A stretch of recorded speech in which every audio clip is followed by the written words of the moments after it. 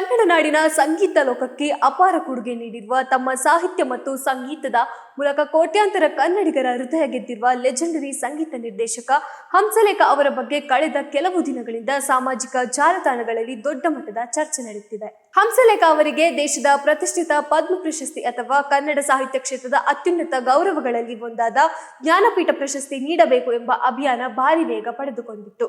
ಈ ಅಭಿಯಾನಕ್ಕೆ ಚಾಲನೆ ನೀಡಿದವರು ನಟ ನೆನಪಿರಲಿ ಪ್ರೇಮ್. ಅಭಿಮಾನಿಗಳು, ಕಲಾವಿದರು ಹಾಗೂ ಕನ್ನಡಿಗರು ಈ ಅಭಿಯಾನಕ್ಕೆ ಬೆಂಬಲ ಸೂಚಿಸಿ ಸಾಮಾಜಿಕ ಜಾಲತಾಣಗಳಲ್ಲಿ ತಮ್ಮ ಅಭಿಪ್ರಾಯಗಳನ್ನು ಹಂಚಿಕೊಳ್ತಾ ಇದ್ರು. ಆದ್ರೆ ಈ ಬೆಳವಣಿಗೆ ನಡುವೆ ಎಲ್ಲರನ್ನ ಅಚ್ಚರಿಗೊಳಿಸುವಂತೆ ಒಂದು ಮನವಿಯನ್ನ ಸ್ವತಃ ಹಂಸಲೇಖ ಅವರೇ ಮಾಡಿದ್ದಾರೆ. ದಯವಿಟ್ಟು ಈ ಅಭಿಯಾನವನ್ನ ಇಲ್ಲಿಗೆ ನಿಲ್ಲಿಸಿ ಎಂದು ಅವರು ನಟ ಪ್ರೇಮ್ ಅವರಿಗೆ ಮನವಿಯನ್ನ ಮಾಡಿದ್ದಾರೆ. ಈ ಕುರಿತು ಸಾಮಾಜಿಕ ಜಾಲತಾಣಗಳಲ್ಲಿ ಪೋಸ್ಟ್ ಹಂಚಿಕೊಂಡಿರುವ ಹಂಸಲೇಖ ಅವರು, ಕನ್ನಡದಾಣೆ, ಇದಕ್ಕೆ ನನ್ನ ಒಪ್ಪಿಗೆ ಇಲ್ಲ. ಇದೊಂದು ಅನಗತ್ಯವಾದ ಅಭಿಯಾನದ ದುಡುಕು ಮತ್ತು ಪ್ರೀತಿಯ ತೊಂದರೆ. ಸೀನ್ಗೂ, ಟ್ಯೂನ್ಗೂ, ಲಿರಿಕ್ಸ್ಗೂ ಹೊಂದಾಣಿಕೆಯೇ ಇಲ್ಲ. ಫ್ಲಾಪ್ ಸಾಂಗ್ ಇದು. ದಯವಿಟ್ಟು ನಿಲ್ಲಿಸಿ. ನೆನಪಿರಲಿ ಪ್ರೇಮ್ ಎಂದು ಮನವಿಯನ್ನ ಮಾಡಿದ್ದಾರೆ. ಕನ್ನಡ ತಮ್ಮ ಹಕ್ಕಿನ ಭಾಷೆ. ಈ ಸತ್ಯವನ್ನ ಪ್ರತಿದಿನವೂ ಸಾಬೀತುಪಡಿಸಬೇಕಾದ ಸಮಯದಲ್ಲಿದ್ದೇವೆ. ಅದಕ್ಕೆ ಬೇಕಾಗಿರುವುದು ಅಭಿಮಾನದ ಅಭಿಯಾನಗಳು ಎಂದು ಹಂಸಲೇಖ ಹೇಳಿದ್ದಾರೆ.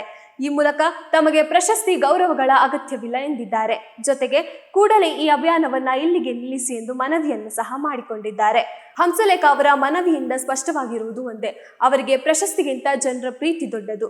ತಮ್ಮ ಕಲೆಗೆ ಸಿಕ್ಕಿರುವ ಅಭಿಮಾನಗಳ ಬೆಂಬಲವೇ ನಿಜವಾದ ಗೌರವ ಎಂದು ಅವರು ನಂಬಿದ್ದಾರೆ. ಆದರೆ ಕನ್ನಡಿಗರ ಮನಸ್ಸಿನಲ್ಲಿ ಮಾತ್ರ ಒಂದು ಆಶಯ ಇನ್ನೂ ಜೀವಂತವಾಗಿದೆ: ಕನ್ನಡ ನಾಡಿನ ಈ ಅಪರೂಪದ ಪ್ರತಿಭೆಗೆ ದೇಶದ ಅತ್ಯುನ್ನತ ಗೌರವಗಳು ದೊರೆಯಲಿ ಎಂಬುದು ಅವರ ನಿರೀಕ್ಷೆಯಾಗಿದೆ.